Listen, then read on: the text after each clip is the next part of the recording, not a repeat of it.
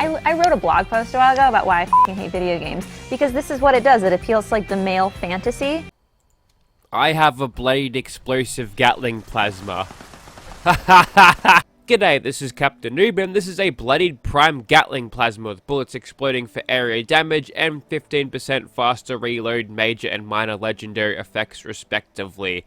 This weapon barely requires an intro because we all know the capabilities of, let's say, an anti-armor explosive Gatling plasma, but now we're going to turn that dial up into like the 3 millions because it's time to do it with Bloodied. So we're going to have that, all of the perks, nerd rage, adrenal reaction, everything culminated, even adrenaline. This thing is going to do a whopping amount of damage, but it's not without limitation, so we'll get to that a little bit later, or as it happens, but right now we're doing 62 damage, and the reason this thing does so much damage, it's kind of unlisted here because the ballistic damage added by this is just not there, but the reason this thing does do so much DPS is because it's got the beam splitter. Now, with regular Gatling plasmas without the explosive bullets, if you have the beam splitter equipped, it'll basically turn it into a flamethrower. You'll be firing a constant stream of plasma out of your enemies. So, basically, if you change that to make it fire explosive bullets, because explosive is just a projectile overriding thing, basically you're firing a constant stream of explosive bullets, which is very strong in terms of DPS. It's kind of like an automatic shotgun, but like a hose. It's hard to explain, but basically DPS. So let's get this thing busted up with some perks, shall we? And when I say busted, I do mean absolutely completely broken, because this thing is just going to absolutely munt everything that I aim it at, provided I can get the barrel in, and provided I'm far away enough to not be caught in the explosion radius itself. But there's Heavy Gunner. We'll also be adding Demo Expert in here. Even though the damage is unlisted, it is still there, and if you do test this thing with and without Demo Expert, you can definitely feel the difference in it. And we're up to 114 damage, which is pretty solid up first, but we can push that further. Okay, we're out of the radiation zone. Okay, rads have been applied, and now we're doing 354 damage. Ha, okay. Okay, so here's how it's going to go down. My buffs are as such. Lots of flying type things in there, but we're not going to be super flying with this. You'll notice I've got a protocol jetpack again, so hopefully we can... I mean, we're probably going to kill ourselves instantly regardless of that, but that'll just give us a little bit more defense against everything else. And you'll also notice how I've got Tree Fitty in ye old magazine, and that is because these are slightly overcharged ultrasight things, ultrasight fusion plasma cores actually, and basically that allows us to get a little bit better capacity out of this, which at 250 is pretty damn good already, but boosting that even further is great. And this is why it's such a good PvP weapon. It's because for some reason the explosive splash damage is more than what you'd see any old ballistic weapon do, so you could just bounce splash damage. You don't have to be completely accurate with it. So, you know, anyone who's played PvP against someone who has one of these would have been instantly ganked by it, and you know, none of the bullets actually would have hit because they just simply didn't need to. Why would you need to aim with this? Why would you even bother in wanting to aim? That's a huge advantage, not having to aim at all. Even melee players have to aim. If you don't swing your knife or club or stick in the right spot, well, you're gonna lose. You have to actually point and put some effort into figuring out where you're going to land the shot, but not this thing, and that is why it's so goddamn popular. And now it's doing 482 damage, which is a giant middle finger to these super mutants, but that's okay. I hate green people. Although calling them people would be kind of a stretch, I think abominations would be more prudent. Is that the word? It'd be more suiting to these bastards, you abominable freaks of nature. You know, we would have killed all the super mutants already. I think the people of Appalachia in their quest for infinite legendaries and everything would have just killed all of the super mutants by now. They aren't long for this world. The people of Vault 76 are absolutely relentless. They'll rock up every day in here to find more super mutants to kill, and that'd be fun. You know, I was thinking they'd do something fun with the Scorch after we, as a community, killed 15 million of the bastards. They'd be like, hey, well, guess what? You've killed all the Scorch, so we're going to pull them from the map for a while. And here's some Wasteland NPC people for you to interact with and to give you quests. You know, if they nail Wastelanders, it's going to be absolutely fucking huge for Bethesda, because now that the cards are on the table and the Outer Worlds is out, I mean, all they have to do with the NPCs is make them more interesting to talk to than all of the talking heads, and that's what they are in Outer Worlds, because I don't care about any of them, so I'm going to talk shit about Outer Worlds.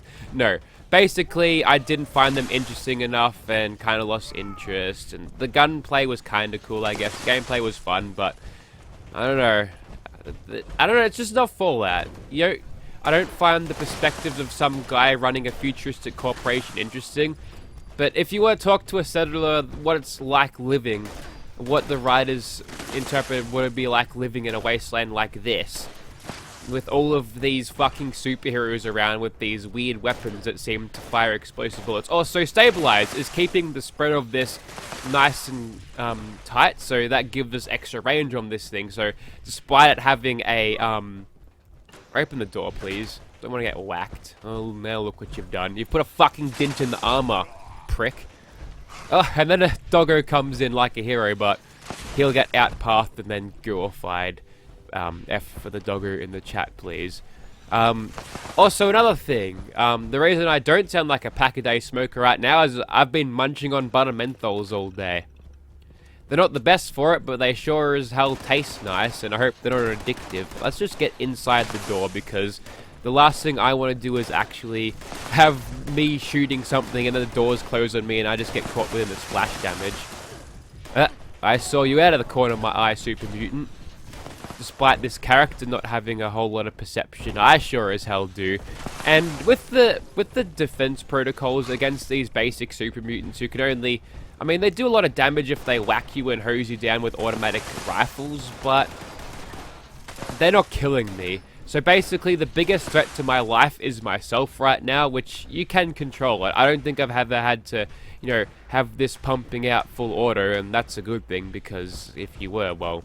I mean, regular Gatling plasmas would, but this is something else. We can make the deduction here that not being, you know, full auto all the time is a good thing. I mean, it's good for ammo, right? Because, I mean, Yellow Cake Flux isn't super rare, because you can just get it from White Springs by the truckload, but you're holding on to the ammo so you can make decent amounts of gameplay between the nukes when you have to go back and farm it. So it's good. So, you know, the ammo efficiency part of this is very, very positive indeed.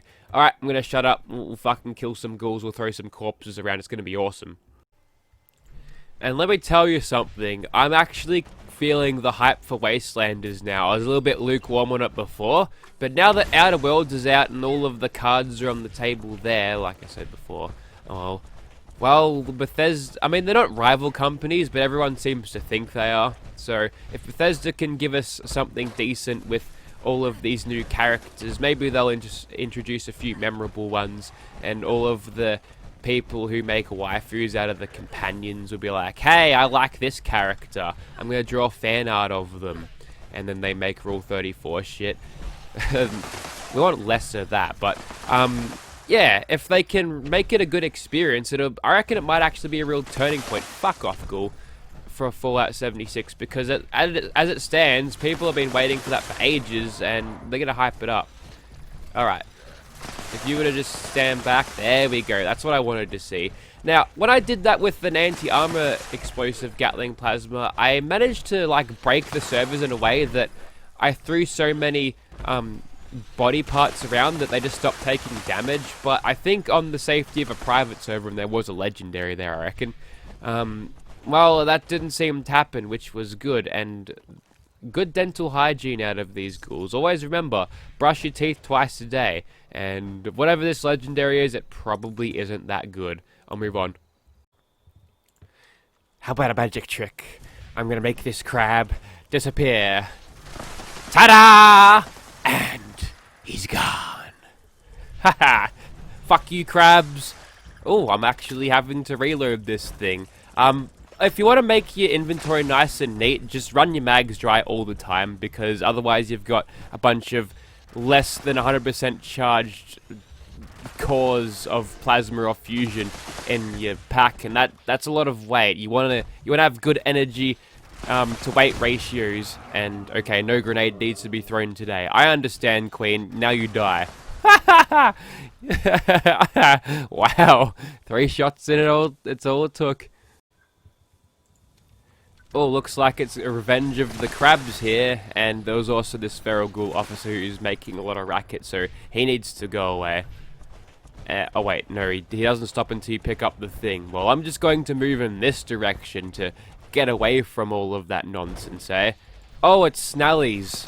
You poor little bastards. Bless your little cotton socks. No game, you don't have to put the big sting music on for this. I think I've got them. I think I might have them, provided that I don't get caught within my own explosion radius, which won't happen because... Oh my god, what the fuck was that? He was like turbo sprinting at me. Now I'm kind of creeped out. Okay, looks like the Snallies play the game on the level of fucking with you more than those weird creepypastas. They actually do it. It was like the Sonic.exe where they just... what? I don't even know what that was. That was Uncanny Valley weird animations. We're done. The music says we're done, so I guess that means we're actually done.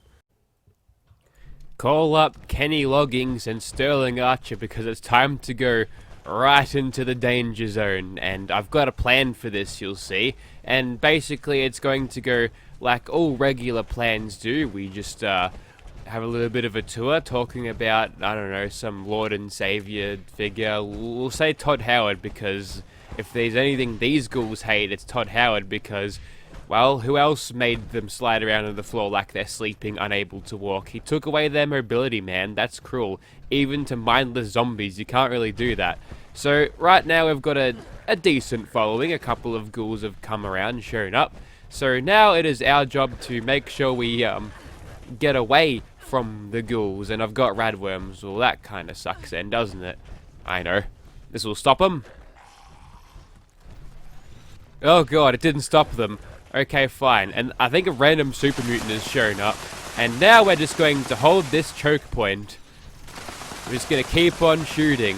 We can't really see all of the ghouls dying because there's so much numbers and so many explosions. That was close. But I feel like we're doing a good job. And if the ghouls get too close to us, we've got all of these chairs to duck and weave around, and that'll just throw off their pathing. So, ironically, this little starting room is actually the best place to fight the ghouls if you're using an explosive weapon and want to hop around like a bloody kangaroo. Or any other American thing that jumps, because Americans think kangaroos are so exotic. I see them like heaps. I almost ran one over the other day, and that's not good because they will fucking destroy your car if you let them. You can't hit them. It'll write your car off like you wouldn't believe. Oh my god, I just died because I hit the ceiling light. That's how quick it is. Even with defense protocols, I just melt through that so quickly. And honestly, that was bound to happen. And it's so likely to happen if you're not careful like that. And it is easy to not be careful when you've got a weapon that is this powerful. But you can kill yourself so fucking easily. So with that ghoul dead and many goo piles created, which disappear now. So that's good. And you know how they do it? They get Todd Howard's clones to walk around with straws, and they'll stick the straws in the goo pile and start sucking away, and then the goo pile is gone because they basically eat it, and then they die of rad poisoning like 2 seconds later. So rip Todd clones. They're there for a good cause though. They keep the servers nice and clean. Alright, that's enough for these ghouls. Let's move on to something else. Okay, here's the moment I've been waiting for. I mean, we're gonna kill these guys easily. We've got the prime receiver, so this is going to give them, like, I don't know, fucking turbo cancer before they turn into a pile of goo. Also, I don't think I've actually aimed down the sights of this thing until now, and basically that's because stabilized gives me such great accuracy, and honestly, there's not much difference. I'm still spraying projectiles everywhere, so hip firing seems to give you about the same accuracy. Now, that's the kind of bullshit I was kind of worried about. There's a sentry bot over there. You need to go away. This is an excellent palette cleansing weapon because if you see something in the distance that is just kind of annoying you and is there, you can just kind of fire this in their general direction and that'll probably end it. Now, that took fucking ages, and that's unacceptable, and that is the only thing that I can conceivably think about that holds this weapon back, you know, bar user error of nuking yourself with it. But you see how long it took? I had to hold down that burst for ages before I actually dropped that dude. So if you could stop chasing me so close, that would be good. And basically, I've just got a bunch of gun zombies to deal with now, so we'll just quickly mow down whatever I see. Anything that moves, I shall kill. Might as well just do a long burst here. Just bring the massive wall of death explosions across the landscape and see what kind of numbers spring up from the ground. And when there are no numbers left, I suppose we have won. No! Attacking me with hunting rifles isn't going to help you, like, at all. It's the worst idea. Do yourself a favor, put the gun down and punch me. It'll do a lot more damage and you'll survive longer because I'll have to run away from you. Now, I want to get these little bastards to land because it might actually perform better if it's... He's not going to land, is he? No, you're not. Okay, that one was more consistent. So, it's not the Scorch Beast having this weird resistance to explosives. I reckon it's just something to do with their just netcode issues, really. If I was playing this locally, no server involved at all, I might just get away with doing that stuff as normal because all of the calculating, there's no communicating between the server where the explosions end up or anything, which when a Scorched Beast is flying around constantly moving, it may cause the explosion not to happen at all or something. I mean, visually, yeah, but actual numbery and doing damagey, probably not, but I think you get the point of that. Question is now whether it's a queen killer, eh? Let me know if you actually want to see this thing take on the queen, because, I don't know, I'm a little bit about it. I don't think she can do it.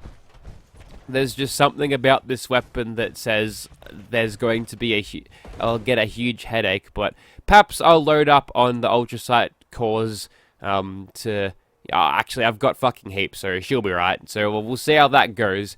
And I think that's about it for this weapon. If you'd like to see this in your game, contact your friendly neighborhood duper because, well, there might be still a bunch of these in circulation even after duping was done because they would have made fucking heaps. But if they ask you to pay real money, tell them to go fuck themselves and never talk to them again. Thank you for watching, guys.